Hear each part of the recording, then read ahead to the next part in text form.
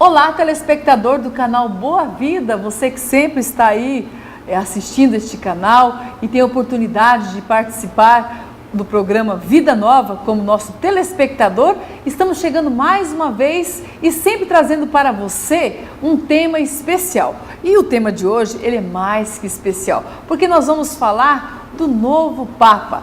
Nesse dia 13, um dia histórico, ganhamos o Papa Francisco. E o nosso convidado é o nosso bispo Dom Redovino Rizardo, bispo da Diocese. Bispo, que alegria tê-lo conosco aqui no canal Boa Vida para falar de um assunto tão importante como esse. Também para mim é uma alegria. Aliás, quando eu posso, tenho tempo, costumo assistir o programa. Ah, é? Que valorizo. Sim. E penso que pode ajudar muitas pessoas. Então, com alegria, aceitei o convite que você me fez estar aqui hoje. Tá certo. Dom Redovino, eu quero falar um breve histórico do nosso Papa novo, né? O novo Papa, o arcebispo de Buenos Aires, Jorge Mário Bergoglio, de 76 anos, é novo Papa e sucessor de Bento XVI na chefia da Igreja Católica. É o primeiro pontífice latino-americano e jesuíta. Ele também é o primeiro a assumir o pontificado com o antecessor vivo em 600 anos. Bergoglio nasceu em Buenos Aires a 17 de dezembro de 1936, de uma modesta família de origem italiana. Entrou em 1958 na Companhia de Jesus e foi ordenado padre em 1969. Fez a profissão perpétua em 1973. Foi mestre de noviço e professor de teologia. Ele se tornou arcebispo de Buenos Aires em 1998 e foi nomeado cardeal em 2001 por João Paulo II. O nome do cardeal argentino não aparecia entre os mais cotados antes e durante o conclave, que reuniu 115 cardeais por apenas 2 dias. Dom Redovino, na sua opinião, é uma surpresa um Papa aqui da América do Sul? E por que tão rápido esse conclave? Bem, todos os conclaves, ultimamente, foram rápidos. Sim. Não é que aconteça hoje o que acontecia na Idade Média, quando entre famílias importantes da Itália ou entre imperadores havia contrastes, então influíam muito na eleição do Papa. E às vezes podia demorar 1 mês, o conclave, né? 3 meses. Agora, pelo que eu lembro, de uns 20, 30 anos para cá, que conheço mais, acompanho Sim. mais de perto, todos os conclaves foram bastante rápidos, 2 dias, 3 dias. Então, a surpresa maior, penso que seja a primeira que você lembrou. Sim. Não tanto a duração do conclave, quanto a escolha deste candidato, né, que é o Jorge Mário Bergoglio, né? Bergoglio. Isto, que de fato, como você muito bem deu a entender, penso que os próprios cardeais, quando iniciaram o conclave, foi dia 12 de manhã, né? Sim, de tarde, dia 12. Nem eles imaginavam, penso, né, a maioria, que iriam votar ou iriam escolher este candidato para o pontificado. Então, até estou escrevendo um artigo, preparando, né, para nesse dia ser publicado, onde eu digo que uma prova que é o Espírito Santo que dirige a Igreja é também a eleição deste Papa Francisco, porque foi eleito alguém que praticamente poucas pessoas, para não dizer ninguém, esperava. Os nomes mais conhecidos, mais cotados, eram outros, seja da Itália, do Brasil, dos Estados Unidos, do Canadá e outros países. Mas eu não lembro de ter ouvido que alguém tivesse citado, falado este nome. Não foi falado não. Agora, Dom Redovino, o senhor chegou a sonhar que o Papa poderia ser brasileiro? Passou isso pelo seu coração por causa da mídia que colocou tudo isso para nós?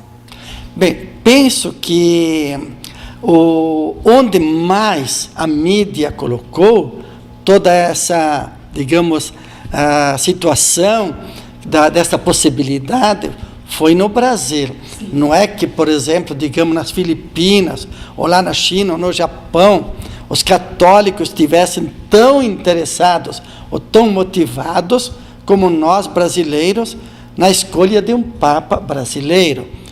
Pessoalmente, eu achava assim, poderia haver essa possibilidade, mas no meu coração eu achava que ainda não chegou o momento, né? Eu pensava em outros nomes, 2 italianos, pensava em um, sobretudo, dos Estados Unidos, pensava em um canadense. Na Argentina, o nome que se falava era outro, Sandri, né? Mas não se citava o arcebispo de Buenos Aires. Então, foi realmente, como você disse no começo, uma surpresa para todos, jornalistas, e eu diria, até acho eu, para um grande número de cardeais. Foi escolhido o nome de Francisco. É o Papa que decide ou é alguém que decide por ele ou os próprios cardeais? Como que isso acontece? Não, quem escolhe o nome é sempre a pessoa, né? No caso, ele que escolheu. Então, ele deveria nos explicar por que ele escolheu o nome Francisco, né? Algumas pessoas, eu vi aí na Canção Nova, diziam, ele escolheu Francisco porque ele é jesuíta. E então, como jesuíta, Companhia de Jesus, ele lembrou que um dos primeiros companheiros de Santo Inácio de Loyola foi São Francisco Xavier, o apóstolo das Índias, o padroeiro das missões, um grande missionário. Porém, a maioria das pessoas pensa, até que ele um dia, talvez ele vai explicar um dia, né? Com certeza. Pensa que ele escolheu o nome Francisco, porque Francisco de Assis tem muito a dizer ainda hoje para a igreja e para a sociedade. De fato, mesmo hoje, numa entrevista coletiva lá em Roma, dada por alguns bispos brasileiros, tanto Dom Odilo como Dom Geraldo dizem que foram rezar em Assis, pedindo a Deus que desse à igreja um Papa que tivesse o espírito, o coração de São Francisco. E foi isso que aconteceu. Deus atendeu o pedido desses nossos irmãos, Dom Odilo, Dom Geraldo, quem sabe muitas outras pessoas, e deu à igreja um Papa que ninguém esperava, até mesmo porque era o último Papa, membro de uma congregação religiosa, foi aí por 1840, então faz por muito aí, tempo, ou né? até antes, não lembro bem a data, porque a minha memória é muito fraca. E o último Papa religioso, mesmo pertencente a uma congregação, foi esse Papa Gregório XVI, parece, que era beneditino. Agora vem um Papa jesuíta, o primeiro na história dessa benemérita congregação ou ordem religiosa, que são os jesuítas. Então, uma surpresa ainda maior, porque não sei se você lembra, nesses últimos 100 anos, eu não vi nenhum Papa a não ser do clero diocesano. Né? Tem uma informação que eu não sabia. Todos os papas últimos vieram das fileiras do clero diocesano. Clero religioso mesmo, eu acho que em 500 anos, desde 1500 para cá, deve ter havido mais ou menos 5. Eu lembro São Pio V, que era dominicano, e esse Gregório XVI, e alguns outros que esqueçam o nome. Mas neste século, aliás, no século passado, todos vinham do clero diocesano. E qual a diferença para o senhor, sendo um Papa religioso? A diferença, bem, pode ser grande e também pode não ser, porque, por exemplo, eu também venho do clero religioso. Eu me formei na congregação dos missionários de São Carlos. Então eu tenho já um carisma que eu recebo da minha congregação onde me formei. Mas no dia que eu me torno bispo, eu devo ser bispo de todos, padres diocesanos, padres religiosos e o povo. Assim também o Jorge Mário, como era o sobrenome Bergoglio. dele? Ele também é jesuíta, mas ao mesmo tempo ele deve, como foi eleito bispo, né, pensar, cuidar como um verdadeiro bispo diocesano. Mas ele tem todo aquele carisma, toda aquela mentalidade de um religioso jesuíta. E os jesuítas são pessoas que fizeram muito pelo Brasil e pelo mundo. Nossa catequese começou por eles, né? Vamos até pensar nas reduções jesuíticas com os povos indígenas aqui na nossa região, e muitas universidades que eles têm ainda hoje, eles são uma força dentro da Igreja Católica. Muito bem. Dom Redovino, como o senhor viu o papel da mídia neste conclave? E o que gera nas pessoas a partir deste comportamento? Bem, a mídia, em geral, ela é guiada por critérios normais, eu diria humanos, né? Então, dificilmente, a não ser um jornalista ou alguém que realmente tenha no coração a fé, a igreja, ele consegue, ou essa pessoa consegue captar o sentido, o que significa para o mundo, para a igreja, um novo Papa. Então, em geral, os critérios que a gente usa, que a gente recorre, são critérios humanos. Então, como se estivessem analisando a eleição, digamos, de um presidente da República, onde há partidos que apoiam uma pessoa, apoiam outra. Então, a mídia, ela tem este lado.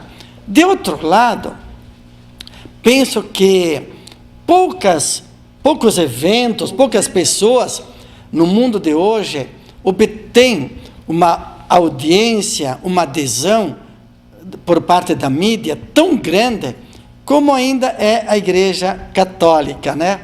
Existe um provérbio que eu aprendi lá no Rio Grande do Sul, né? Que dizia assim, que em cachorro morto ninguém joga pedrada, né?